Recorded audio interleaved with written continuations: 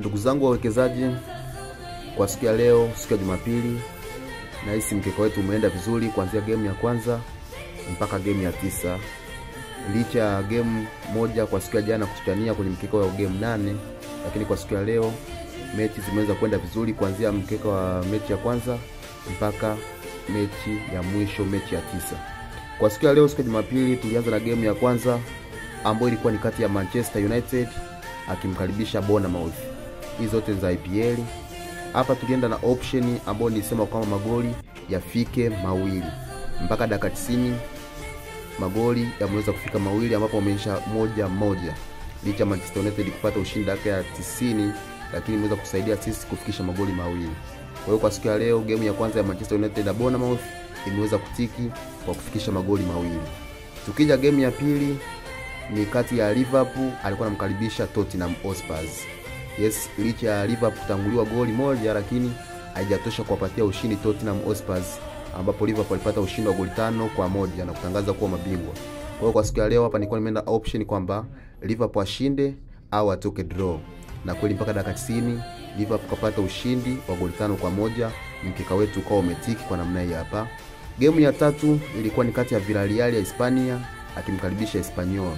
Hapa nilisema kwamba licha ya Villarreal na Espanyol kwamba huwa wakikutana magoli huwa yanapatikana, lakini kwa siku ya leo nilienda na option moja ambayo nilisema kwamba Villarreal atoke na goli, maana yake Villarreal over 0.5. Na kweli mpaka dakika 90 Villarreal kapata goli 1-0 tu. Mkeka wetu kwa umetiki kama unavyoona. Yes, tukija game ya 4 ilikuwa ni kati ya Bochum akimkaribisha Union Berlin. Hizi zote ni za Bundesliga. Licha Bochum kuwa mwishoni kabisa, lakini haijatosha kumpatia ushindi Union Berlin. Lakini kwa siku ya leo mimi nilisema option ambayo ipo, nilisema magoli yafike mawili. Na kweli mpaka dakika ya 90 magoli mawili yaweza kufika, ambapo game imeisha kwa goli 1-1.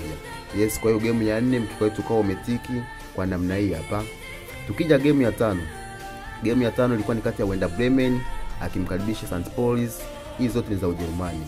Yes, hii game nilitabiria kwamba kwamba Werder Bremen ashinde au atoke draw. Yes, na ukija kufuatilia mpaka dakika 90 na kamilika, hawa jamaa wameweza kutoka 0-0. Kwa hiyo mkeka wetu kwa siku ya leo ukao umetiki kwa sababu Werder Bremen nilisema ashinde au atoke draw kama unavyoona hapa. Game nyingine hapa ilikuwa ni kati ya Juventus anamkaribisha Monza.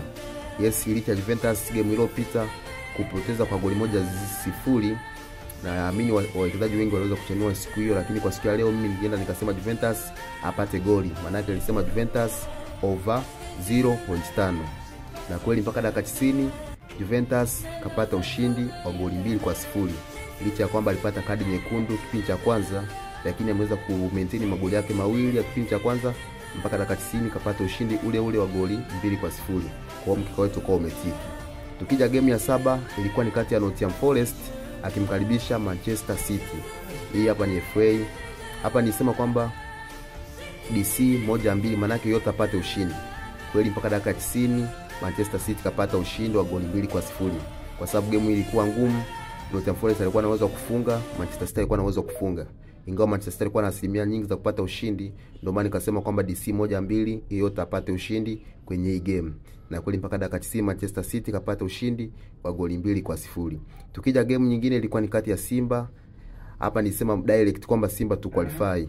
Hapa sitaka kupitia magoli kwa sababu nilikuwa naielewa game ya leo. Hapa nikasema Simba tu qualify. Na kweli mpaka dakika 90 game imesha nyau 0-0 na Simba kwa wamefuzu kwenda finali, mkeka wetu kwa umetiki. Game ya mwisho ambayo inaendelea mpaka sasa hivi ni Napoli anamkaribisha Torino. Hapa nilisema Napoli ashinde au atoke draw. Na kweli mpaka dakika sasa hivi anaongoza goli 2-0. Kwa hiyo mkeka wetu unaendelea kupumua, bado game moja tu ya mwisho, game ya 9. Na pia kama hujasubscribe channel yangu, usahau kusubscribe kwa sababu huko ndo ninakotuma mikeka kila siku. Na pia hapa nipo napanga muda mzuri ili kila siku niwe natuma mkeka wangu ukifika saa 5 kamili asubuhi.